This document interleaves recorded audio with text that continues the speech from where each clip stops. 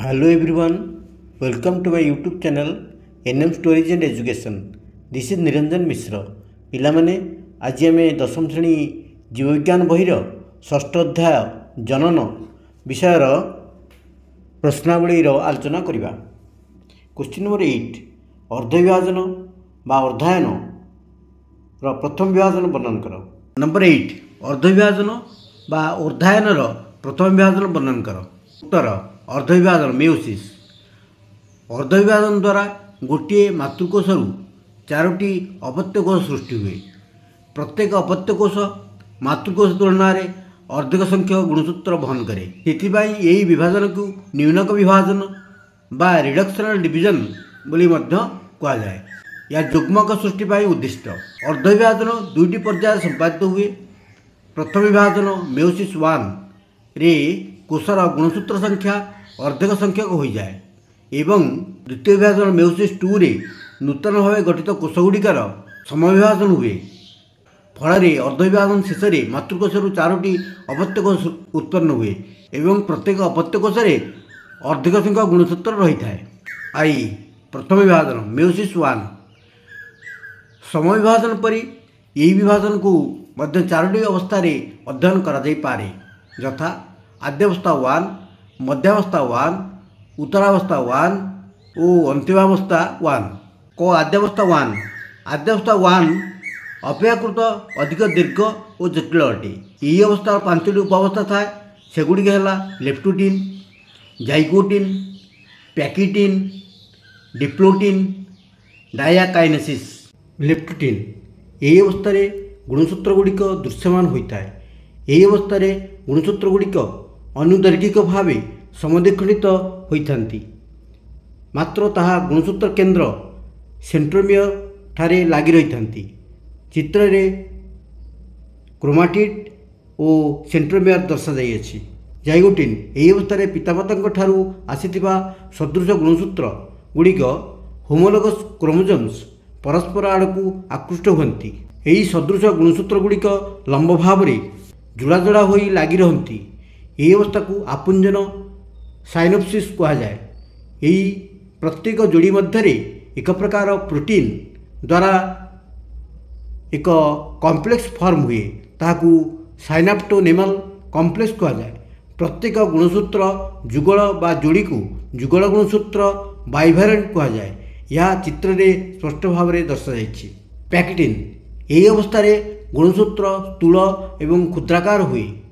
ପ୍ରତ୍ୟେକ ଗୁଣସୂତ୍ର ଲମ୍ବ ଭାବରେ ଦୁଇଟି ଏକକ ଗୁଣସୂତ୍ର କ୍ରୋମାଟିଡ୍ର ହୋଇଥିବାରୁ ପ୍ରତ୍ୟେକ ଯୁଗଳ ଗୁଣସୂତ୍ର ଗୋଟିଏ ଗୋଟିଏ ଚତୁଷ୍କ ବା ଚତୁଃଏକକ ଟେଟ୍ରାଡ୍ରେ ପରିଣତ ହୁଏ।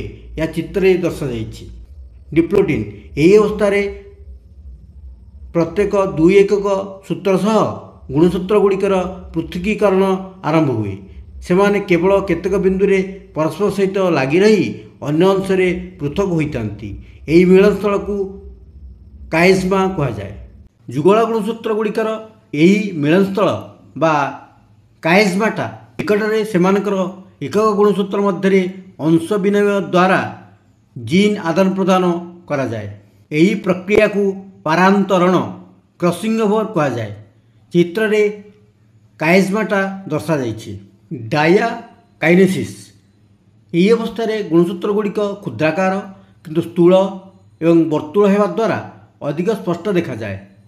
ଏହି ଉପାବସ୍ଥାରେ ଗୁଣସୂତ୍ର କ୍ରୋମୋଜୋମ୍ର ଆକୃତି ମୁଦ୍ରିକା ସଦୃଶ ଦିଶେ। ଏହି ଅବସ୍ଥାରେ ଗୁଣସୂତ୍ର ଯୋଡ଼ି ଗୁଡ଼ିକ ସମ୍ପୂର୍ଣ୍ଣ ଅଲଗା ହୋଇନଥାଏ। ସେମାନେ ସାମାନ୍ୟ ପରିମାଣରେ ପରସ୍ପର ସହିତ ଯୋଡ଼ି ହୋଇ ରହିଥାନ୍ତି। ଏହି ଅବସ୍ଥାରେ ନେଷ୍ଟେଜି ଏବଂ ନେଷ୍ଟେଜେଲି ଅଦୃଶ୍ୟ ହୋଇଥାଏ। ସେଣ୍ଟ୍ରୋଜୋମ୍ ବା କେନ୍ଦ୍ରପିଣ୍ଡ ଦୁଇ ଭାଗରେ ବିଭକ୍ତ ହୋଇ କୋଷର ଦୁଇ ବିପରୀତ ମେରୁକୁ ଗତି କରନ୍ତି। ମଧ୍ୟାବସ୍ଥା 1 ଏଥିରେ ସମବିଭାଜନର ମଧ୍ୟାବସ୍ଥା ପରି ଯୁଗଳ ଗୁଣସୂତ୍ର ଗୁଡ଼ିକ କୋଷର ମଧ୍ୟ ସମତଳ ଇକ୍ୱେଟୋରିଆଲ ପ୍ଲେନ୍କୁ ଚାଲି ଆସନ୍ତି। ସେଣ୍ଟ୍ରୋଜୋମ୍ ବା କେନ୍ଦ୍ରପିଣ୍ଡରୁ ବାହାରୁଥିବା ତର୍କୁତନ୍ତୁ ବା ସ୍ପିଣ୍ଡେଲ ଫାଇବର ହୋମୋଲୋଗସ୍ କ୍ରୋମୋଜୋମ୍ ଗୁଣସୂତ୍ର କେନ୍ଦ୍ରଭାଗ ସହ କାଇନେଟୋକୋର ସହ ସଂଶ୍ଳିଷ୍ଟ ହୁଏ।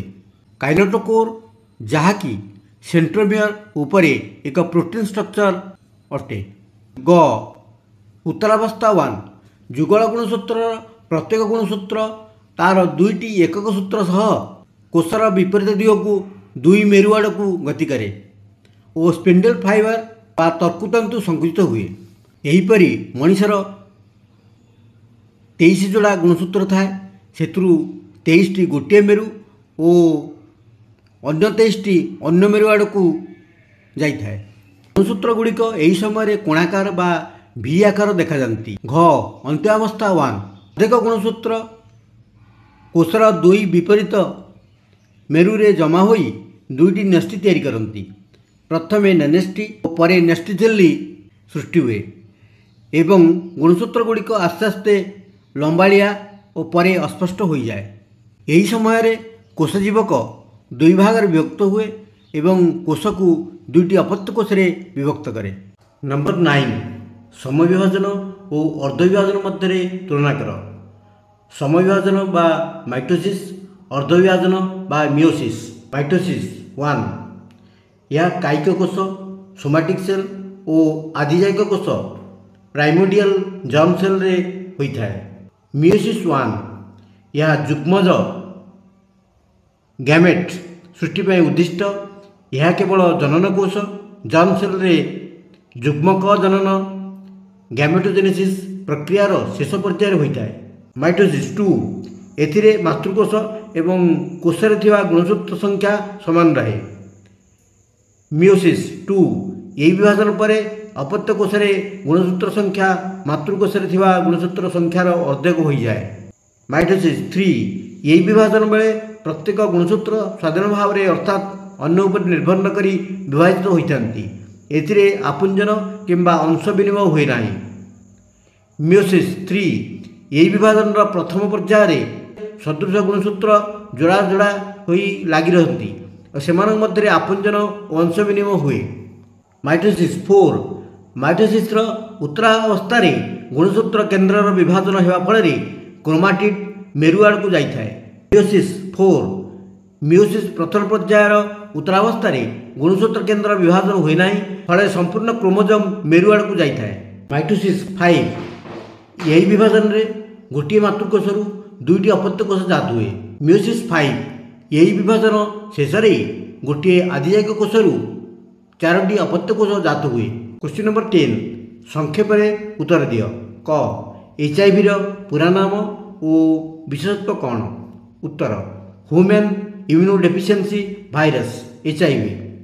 यह एक रेट्रोभाइरस जहाँ मानव शरीर रोग प्रतिरोध शक्ति को नष्ट करिଥାଏ, जहाँफल शरीर अन्य रोग सहित लड़ी पारे ना। यह मानव शरीर टी लिम्फोसाइट सेल उपर आक्रमण करे। यह रक्त द्वारा विहीन यौन संपर्क द्वारा संक्रमण होता है। HIV संक्रमण यदि अधिक दिन रहे या एड्स रे परिणत हुए। ख असमाहित जनन कौन? उत्तर समायन बा निषेक न होई डिम्बाणुर वृद्धि घटी भ्रूण सृष्टि हेले ताकू असमाहित जनन बा अनिषेक जनन पार्थेनोजेनेसिस कहा जाए। केतेक अपुष्पक उद्भिद शैवाल और फर्न रे यह परिलक्षित हुए। केतेक उद्भिद रे समान न होई फल सृष्टि हुए। यह अजुग्मित फलन पार्थेनोक्रपी कहा जाए। सपुष्पक उद्भिद पिजुली अंगूर कदली इत्यादि ए प्रकार जनन देखा जाए। यही पद्धति जात फल मंजुशून्य होता है। यही फल को असमाहित फल बा मंजीविहीन फल पार्थेनोकार्पिक फ्रूट कहा जाए। ग जुग्मक जनन प्रावस्था गुड़िक नाम कौन? एथिरे की मुख्य घटना घटी है? उत्तर जुग्मक जनन प्रावस्था गुड़िक है 1 प्रगुणन प्रावस्था फेज ऑफ मल्टीप्लिकेशन, 2 वृद्धि प्रावस्था फेज ऑफ ग्रोथ, 3 परिपक्वन प्रावस्था फेज ऑफ मैच्यूरेशन। 1 प्रगुणन प्रावस्था पुरुषर शुक्राशय बहुसंख्यक सूक्ष्मनलिका बा शुक्रजन नलिका सेमिनिफेरस ट्यूबुल्स द्वारा गठित। एक नलिकार आवरण रही आदिजायक कोष द्वारा गठित जर्मिनाल एपिथेलियम बा जनन अधिच्छेद। यही अधिच्छेद थिबा कोषरे समविभाजन हेबा फଳରେ उत्पन्न कोषगुड़ी को मूल शुक्राणु कोष स्पर्माटोगोनियम कहा जाए। यही प्रक्रिया होइतिबा प्रावस्था को प्रगुणन प्रावस्था फेज ऑफ मल्टीप्लिकेशन कहा जाए। 2 बुद्धि प्रावस्था अनेक मूल शुक्राणु कोष गठित होला परे यही कोषगुड़िकर आकार वृद्धि हुए। कोषर वृद्धि होई एक निर्दिष्ट आकार रे पहुँचले ताहाकू प्राथमिक शुक्राणु कोष प्राइमरी स्पर्माटोसाइट कहा जाए। मूल शुक्राणु कोष र वृद्धि होई प्राथमिक शुक्राणु कोष हेबा पर्यंत अवधि को वृद्धि प्रावस्था फेज ऑफ ग्रोथ कहा जाए। 3 परिपक्वन प्रावस्था फेज ऑफ मैच्यूरेशन। वृद्धि प्रावस्था परे प्राथमिक शुक्राणु कोष रे अर्धविभाजन प्रक्रिया होता है। यही विभाजन फल गोटे प्राथमिक शुक्राणु कोषरू 2टी द्वितीयक शुक्राणु कोष सेकेंडरी स्पर्माटोसाइट तैयारी हुए। यही कोषर गुणसूत्र संख्या अर्धेक n हो जाए। द्वितीय अर्धविभाजन प्रथम अर्धविभाजन परे परे होता है ओ यह समविभाजन प्रक्रिया भली होता है। फल द्वितीयक शुक्राणु कोषरू 2टी प्राक शुक्राणु कोष स्पर्माटिड तैयारी हुए। गतिहीन प्राक शुक्राणु कोष र विभिन्न रकमर परिवर्तन और परिवर्धन अर्थात विभेदन डिफरेन्सिएसन होला परे ताहा गतिशील शुक्राणु रे परिणत होता है। प्राक शुक्राणु कोषरू शुक्राणु होगा पर्यंत समस्त प्रक्रिया को स्पर्मियोजेनेसिस कहा जाए। प्राथमिक शुक्राणु कोषरू शुक्राणु सृष्टि होगा पर्यंत अवधि को परिपक्वन प्रावस्था फेज ऑफ मैच्यूरेशन कहा जाए। घ स्पंज रो अंतःकोरकोद्गम वर्णन कर। उत्तर अंतःकोरकोद्गम इंटरनल बॉडिंग प्रतिकूल परिवेश और खाद्य पदार्थर अभाव देखादेले स्पंज निज शरीर भितर जेमुल तैयारी करे। यही प्रक्रियार एक स्वतंत्र प्रकार केतक कोष आर्कियोसाइट एकत्रित हुअन्ति। एगुड़िकर चारिपटे एक कठिन आवरण सृष्टि होई यह जेमुल रे परिणत हुए। माइक्रोपाइल नामक एक रंध्र द्वारा यह बाहर को खोला थाए। परिवेश अनुकूल हेले जेमुल भितर थिबा कोषगुड़िक माइक्रोपाइल बाट देई बाहर को आसी नुआ स्पंज सृष्टि करती। चित्र रे स्पंजर अंतःकोरकोद्गम देखा जाइछि। एमिबार बहुविभाजन किपरि होता है लेख। उत्तर एमिबार बहुविभाजन खरा दिने एमिबार होतिबा पोखरी गाड़ियार पानी सुखीगले बा अत्यधिक ठंडा जोगु पानी बरफ होगले एमिबा कूटपाद गुड़ी को प्रत्याहार करी निज शरीर चारिपटे 3 स्तर विशिष्ट एक कठिन आवरण बा कोष्ठिका सिस्ट तैयारी करी रहे। यही समय तार चयापचय क्रिया ह्रास पाए। बारंबार नेष्टि विभाजन द्वारा बहु संख्यार छोट नेष्टि तैयारी हुए। प्रत्येक नेष्टि न्यूक्लियस किछि परिमाण रे कोषजीवक द्वारा आवृत हो रहे। एपरि भाव सृष्ट अपत्य गुड़ी को कोनिएमेबा बा एमिब्यूला कहा जाए। वर्षा दिन आगमन रे परिस्थिति अनुकूल हेले यही कठिन आवरण जल संस्पर्श रे आसी फाटी जाए। कोष्ठिका भितर थिबा कुनी एमिबा माने बाहर को चली आसती। परे सेमानक शरीर रे कूटपाद सृष्टि हुए और सेमाने परिवेश रु खाद्य ग्रहण करी साधारण जीवन यापन करती। एमिबार यही प्रकार बहुविभाजन जनन क्रिया को स्पोरुलेशन मध्य कहा जाए। चित्र रे एमिबार बहुविभाजन दर्शा जाइछि। Please like and subscribe. जदि वीडियोटी भल लगी थाए तेबे लाइक एवं सब्सक्राइब करियो भूलिबे नहीं। Thank you for watching.